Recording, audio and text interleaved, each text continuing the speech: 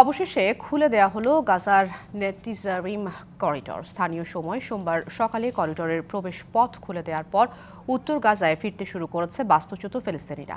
এদিকে গাজা খালি করে ফিলিস্তিনিদের আশ্রয় দিতে মার্কিন প্রেসিডেন্টের পরিকল্পনা প্রত্যাখ্যান করেছে মিশর ও জর্ডান। এছাড়া আন্তর্জাতিক সম্প্রদায়ের যুদ্ধবিরতির আহ্বান উপেক্ষা করে লেবাননে ইসরায়েলের হামলায় অন্তত ২২ জনের প্রাণ গেছে।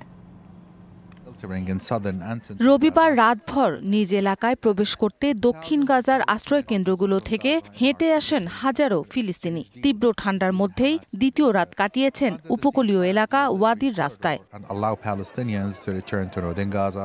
পূর্ব ঘোষণা অনুযায়ী স্থানীয় সময় সোমবার সকালে নেটজারিম করিডর অতিক্রমের অনুমতি দেয় ইসরায়েল। এরপরই আল রশিদ সড়ক দিয়ে উত্তর গাজায় ঢুকতে শুরু করেন ফিলিস্তিনিরা। সালাহ আল দিন সড়কেও দেখা যায় গাড়ির দীর্ঘ সারি।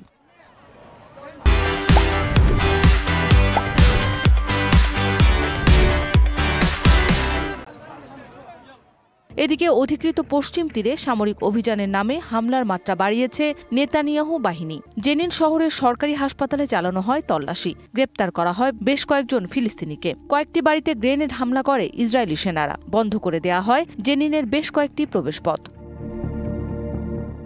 এদিকে গাজা খালি করে সেখানকার বাসিন্দাদের আশ্রয় দেওয়ার বিষয়ে যুক্তরাষ্ট্রের প্রেসিডেন্টের পরিকল্পনা প্রত্যাখ্যান করেছে মিশর ও জর্ডান। ডোনাল্ড ট্রাম্পের এমন সিদ্ধান্তকে শত্রুতাপূর্ণ পদক্ষেপ হিসেবে উল্লেখ করেছে দেশ দুটি। ফিলিস্তিনিদের উচ্ছেদের যেকোনো চেষ্টা পুরো অঞ্চলকে অস্থিতিশীল করবে এবং শান্তির সম্ভাবনাকে ব্যাহত করবে বলেও সতর্ক করা হয়।